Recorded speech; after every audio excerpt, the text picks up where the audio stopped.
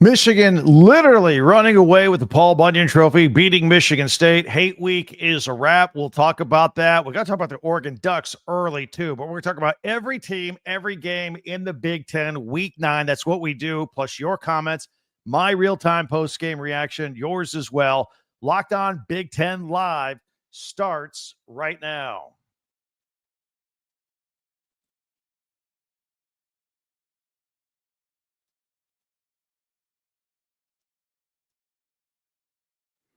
Well, let's start it out right now. We got a screen freezing up here, but I want to welcome you to Locked On Big Ten Live. I'm Craig Sheeman, 40 years as a sports talk show host and play-by-play announcer. And I want to thank you for making us your first listen each and every day. We're free and available wherever you get your podcasts, on YouTube, part of the Locked On Podcast Network, your team every day. And, of course, hit that free subscribe button while you're with us right now. That way you'll never miss a single episode, and you can share, like, and follow us so you don't miss a single episode. Also, you can hype YouTube videos as well. This episode is brought to you by Mazda. Like our players, we sweat every detail because when you make every moment count, pulling off the unexpected is only the beginning. Stay tuned for our highlights later for this week's Moving the Game Forward. Mazda, move and be moved. So Wolverines and Spartans, we'll talk about that. Ducks and Badgers, every team, every game. IU, Iowa, Washington. Everybody just winning big today over there. Meanwhile, a game-winning field goal at the Horn we got to talk about, and another nail-biter as well. We'll get to all that, plus your live comments here on Locked On Big Ten Live. So let's jump in. This Michigan game, it's hate week. Everybody knows what this is all about. And a lot of things have happened, strange things have happened over the years in this rivalry. So let's start it off. Aiden Childs fumbling on third down on that opening drive that they had. Michigan puts together a 10-play drive and taking a 3-0 lead early on. They trade punts. This game started out kind of as a grinder a little bit, if you will. And ultimately, Bryce Underwood uses his legs, which he's good at doing selectively, and Michigan takes a 10-0 lead late in the first quarter. Then Michigan State had its best drive of the early portion of the game, where they put together a 10-play, 73-yard drive. Aiden Childs with a 1-yard touchdown run. I mean, it was just smashed. There's 22 people just meeting at the goal line a couple plays in a row before he finally gets in for the touchdown there. Mekhi Frazier had the 49-yard play to set that drive up. So Michigan State's on the board at this point. Michigan up 10-7, 8:24 to go in the second quarter. Michigan State again. Nick Marsh had that weird play on that drive where he had 2 first downs. I mean, he got past the first down marker twice, spin, went backward, forward, and then ended up being tackled behind the markers. So he lost the yardage on that. It ended up being 4th down, 4th and 1. Aiden Childs eventually did get the first down there, but that drive stalled, and they had to settle for a punt. And then Samaj Morgan, by the way, on that punt, got hit by his own teammate. Nothing happened there. But that's how we go to the half. 10-7, a grinder game right there. At this point, Justice Haynes is 50 yards on the ground, 19 through the air. Aiden Childs, just 4-13 for 26 yards at a fumble. Mekhi Frazier, 10 carries, 86 yards. Not a lot of offense at this point. A defensive battle or sloppy offense, however you want to look at it at this point. So let's pick it up. Now, Michigan takes off here in the second half. Justice Haynes has the 20-yard run, followed by the 28-yard run. They get down to the 21-yard line. Key play here, pivotal play early on in this game. So Bryce Underwood loses the ball. It's a game changer. Goes backward, lost to 19. Looks like Michigan State's got it, but later they rule that Michigan State was offsides on this play. I thought it was a bad call by the officials. I thought Michigan State really got jammed on that call. I did not think they were offsides on that play. So Michigan keeps the ball. By now, Haynes has over 100 yards in the game, scores the 5-yard touchdown, 7-play, 71-yard drive, 3 minutes off the clock. I thought it was the first of a few backbreakers at that point against Michigan State. Michigan up 17-7. This is still early in the third quarter. Later on, Michigan punts. This is the one where Michigan State misjudged it, let it roll down inside the 5. They end up going 3 and out, having a punt from their own end zone. Their 7th punt of the game at this point, by the way. Justice Haynes had a 14-yard touchdown to answer that. So now Michigan is starting to roll. They're up 24-7 at this point, late in the third. There was Nick Marsh from Michigan State, a 25-yard catch on their next drive down to the 1. They initially thought it was a touchdown, but they didn't. They reviewed it. It was out at the 1, but then Brandon Tullis punched it in, 1-yard touchdown. On that drive, by the way, Childs, who had not done that well at this point, ended up completing 7 of his 7 passes there on that drive. They go for 2. It's no good. I would have kicked it there to make it a 10-point game. Did you think that was a little weird? I'd like to hear from you on that as well. But Michigan's up still 24-13 at this point with 12 and a half minutes to go. And then Michigan stalled a little bit. Good Michigan State defense. Michigan has to punt. Michigan State comes right back. Mekhi Frazier with a 25-yard run down to the Michigan 34, but then right when they were getting back in the ball game and had some momentum, that drive stalled on downs at the Michigan 27. Big play by the Michigan defense with 8 minutes to go. Michigan had the benefit of the unsportsmanlike conduct by Michigan State at that point, but then Haynes fumbled the ball with 5:51 to go. Another breath for Michigan State. They're at their own 46, but then on that drive, they get stopped on 4th down too. Michigan's defense was great. Absolutely. They stopped Childs there. Back-to-back drives on downs. Great defensive effort by Wink Martindale's group. Jordan Marshall then the final backbreaker with the 56-yard run with under 3 minutes to go. And at that point, Michigan had like 48 rushes for 278 yards, literally running away with this game and making it 31. It's 31-13 at this point. But then there was the late Michigan State touchdown at the end. So if you had a point spread, we did pigskin picks on Friday. I believe it was Michigan 14.5. The over-under was 48.5. And that last touchdown was 7 seconds to go. Changed the equation for a lot of people there. So anyway, crazy things happen. So that's a final. Michigan ends up winning this game 31-20. They improved to 6-2. Michigan State falls to 3-5. I know Jonathan Smith's really trying to look for a program-changing win. Wasn't going to get it here tonight. We'll get to your comments on this game in just a moment. But also, I want to mention in this opening segment, the Oregon game against Wisconsin. This was, everybody thought this was going to be a humongous blowout. It was not. So Wisconsin has been shut out its last 2 games. And in fact, this game was scoreless 18 minutes and 53 seconds into the first half. Hold on. That math is not right. 28 minutes and 53 seconds. A little over a minute to go. Oregon finally scores. I mean, you're thinking it's no big deal. Wisconsin just doesn't score. But what was going on with Oregon tonight? By the way, loved the tie-dye uniforms tonight. Fantastic. That was great. But yeah, kind of a stunning first half, don't you think? They ended up putting together a 16-play, 99-yard drive. Jordan Davison punches in for 3 yards out. So Oregon's up 7-0. Now the rain is starting to fall down. Just no offense to speak of whatsoever in the first half.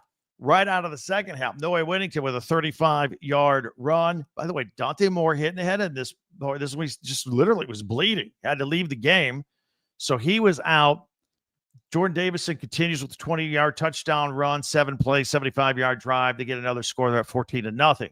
Wisconsin has to punt. Now we got Brock Thomas in the game. He has thrown a grand total of 9 passes this year, completed 5 of them. But, he got him to the finish line there with the help of Noah Whittington, who then had a 70-yard run. Oh, well, that was the one he stepped out of bounds. Wasn't 70. They said he stepped out after 36. Still a big play. But then that drive stalls and they end up punting. So now the rain's really coming down. And Wisconsin's got a punt from the end zone. Oregon gets the ball at midfield. Brock Thomas later on that drive finds Janoris Wilson. That's right. The 6'5", 318-pound tackle. He comes out there. He was an eligible lineman, capping off a 5-play drive, and they end up scoring a touchdown 21-0 at that point early in the fourth quarter. So the question now is, can Wisconsin score? All right, they've now at this point gone 11 quarters without scoring and 14 quarters without a touchdown. So Hunter Simmons still in there at quarterback. He did find Eugene Hilton Jr. for a 42-yard pass play to got him down to the 1. Next play, they're all getting ready to score a touchdown. Simon, he ended up, Simons fumbled the snap. They recovered it, so they put him in shotgun the next play. I thought that was smart. And then he finds Lance Mason for a 9-yard touchdown. Wisconsin gets on the board. 21-7 is your score.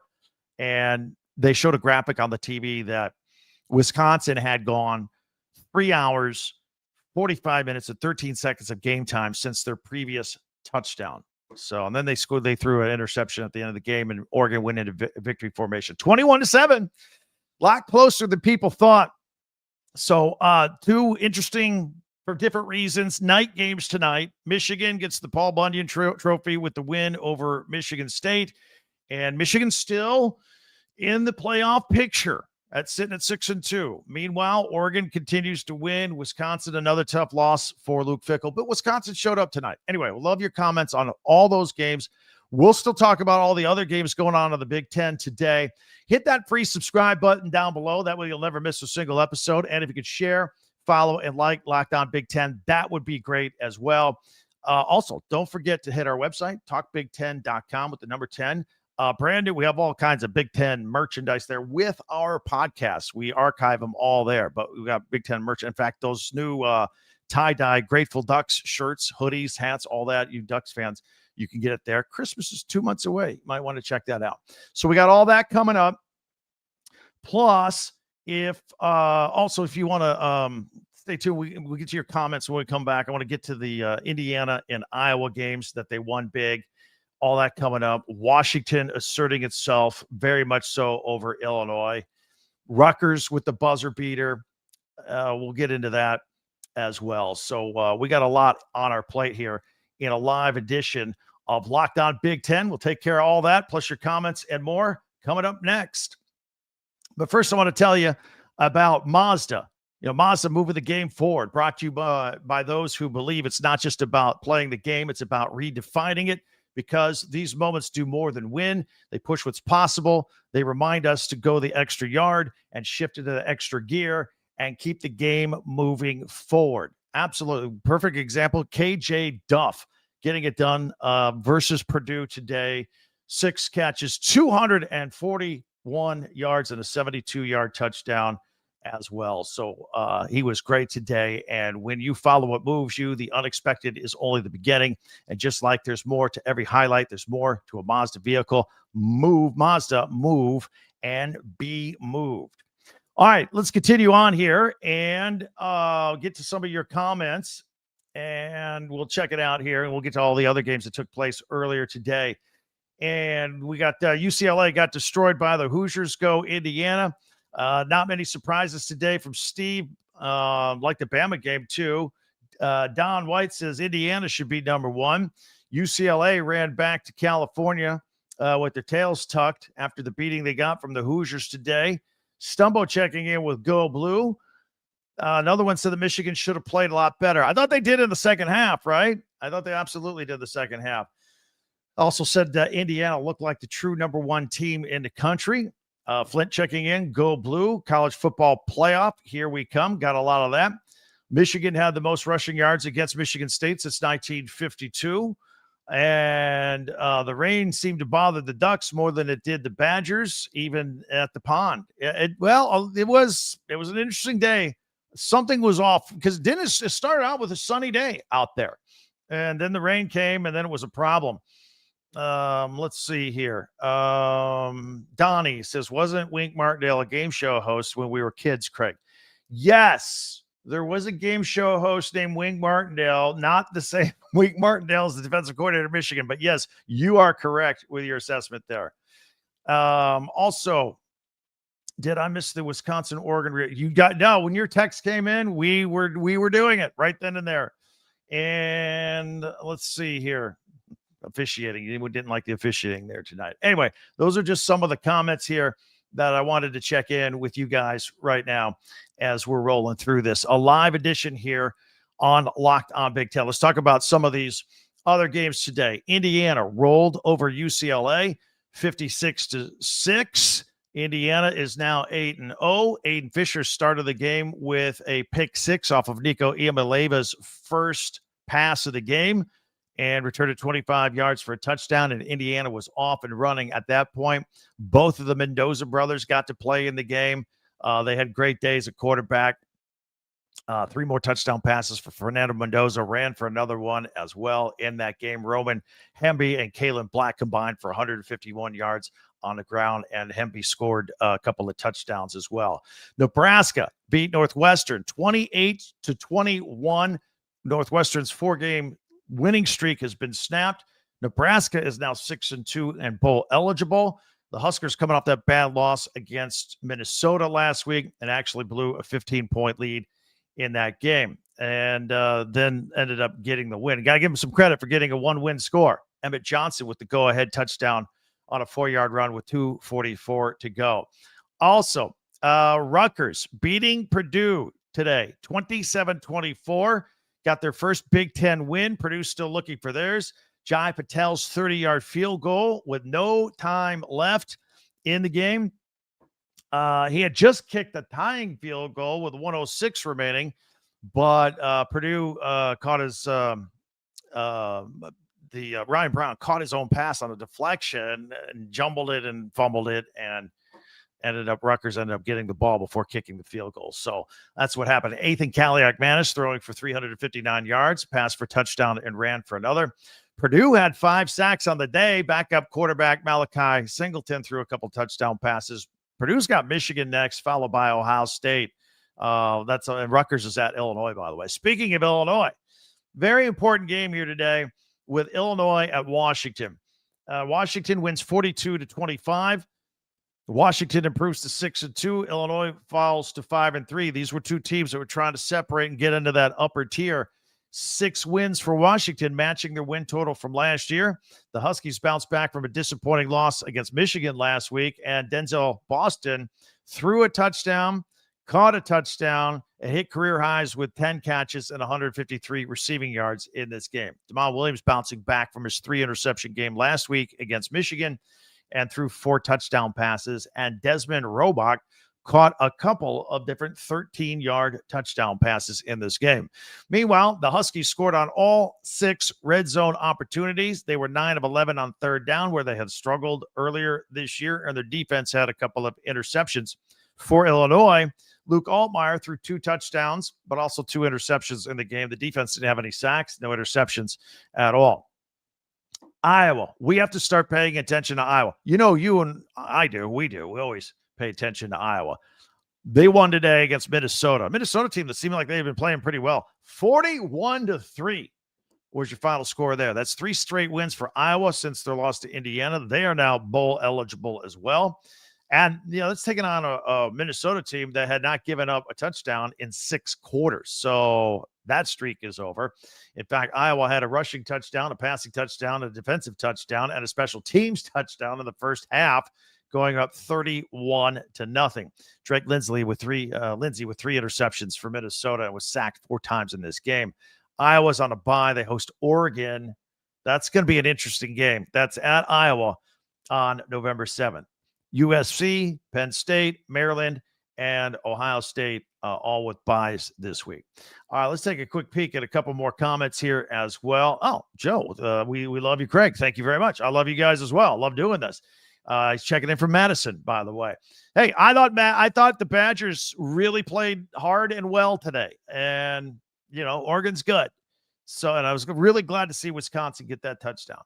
So let's see. We got more people complaining about the refs in some of these games as well. Well, sometimes they can be problematic. Sometimes they can. They don't always go your way. All right. In just a second, I want to take a look ahead at next week coming up. I haven't decided which game we're going to go live after quite yet. So we'll figure all that out. But first, I want to tell you about DoorDash. It's the weekend, right? Do you know that on DoorDash, order on Saturdays, especially on Saturdays, put your streaks together. We'll tell you about that in a moment. But we want to take a look back and crown this week's MVP on Who Delivered, powered by DoorDash. Just like you can win every Saturday with DoorDash streaks, saving more every time you order. These players delivered when it mattered most. So let's break it down. I got to go with Rutgers receiver KJ Duff, 6 catches, 241 yards today against Purdue and a 72-yard touchdown. He delivered in a big way. And just like KJ delivered as well, so does DoorDash. They deliver on Saturdays, for example. I mean, they deliver every day, but you order on Saturday, every Saturday. Get your streaks going, and you save every Saturday that you order all season long. You can save up to $250, including $100 in DoorDash credits. So order this Saturday, keep your streak alive, and fuel your game day only with DoorDash. Terms apply, promo period through November 18th. And with FanDuel, I want to tell you about them because in the middle of the NFL season, the games are exciting. They can be even more exciting with FanDuel. Right now, new customers can bet just $5 to get $300 in bonus bets if you win. That's right. You pick a bet, put down $5. If it hits, you'll unlock $300 in bonus bets to use across the app. The app is super easy to use. Find your point spread, your games, everything. Props, futures, all that stuff right there. And when you win, quick payback. So what are you waiting for? Visit FanDuel.com to download the FanDuel app today and get yourself started. All right, I want to talk about what we've got coming up. It's already week 10 on Saturday, if you can believe it. So the slate for the Big Ten, and I haven't decided which game we're going live. The big game is Penn State at number 1, Ohio State. It's a noon game. I don't normally like going live like as soon as that game's over, like at 3:00, because we're missing out on talking about the rest of the Big Ten. I have done it before, and I usually will do it if it's a huge game like this. Now, all preseason and early in the season, this was like the game. The dynamic for this game has changed a little bit. Penn State is, they're not going anywhere this year. Certainly Ohio State's the number 1 team in the country. So we may go live after that one around 3:00 or so. Maybe. Rutgers is at Illinois. That's a 12 noon game on NBC. Indiana at 8-0. That could be a tricky game for them at Maryland, because I think Maryland could score. We'll see. On the road for Indiana and all that. That's at 3:30 at CBS. We could go live after that one around 7:00. Michigan State is at Minnesota at 3:30 on the Big Ten Network. Purdue is at Michigan, and that's a 7:00 Big Ten Network game.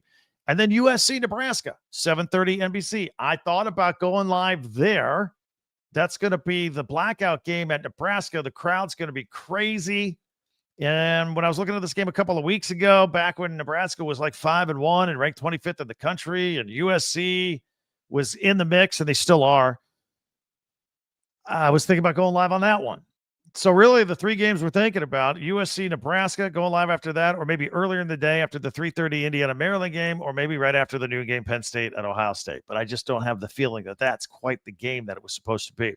Nevertheless, that's what we're going to decide here. We'll let you know by Monday, certainly no later than Tuesday on our podcast. So because we're here every single day where you can check us out with multiple podcasts during the day, and then we go live on the weekends. All right, so that's it for everything going on here. I appreciate you joining us live, and we'll be back with another podcast on Monday as well. Always want to thank you for joining us each and every day that we're out here. Hit that subscribe button. That way you'll never miss a single episode. And you can go back and check out our previous podcasts as well, all the ones that we do every single day. And in the meantime, I want to give you a shout out also and a reminder that you college football fans, Locked On and Fire TV present the College Football Kickoff, your ultimate college football weekly preview. Drake Toll of Locked On Big 12 leads the conversation alongside 2-time AP Coach of the Year Gary Patterson and former college star Jesse Holley and Locked On's local experts. A college football preview only Locked On can do. So catch the College Football Kickoff every Thursday throughout the season on Fire TV. That will do it for us. Thank you for checking us out here on Locked On Big Ten, and we will catch you again on Monday. I'm Craig Sheeman. We'll see you then.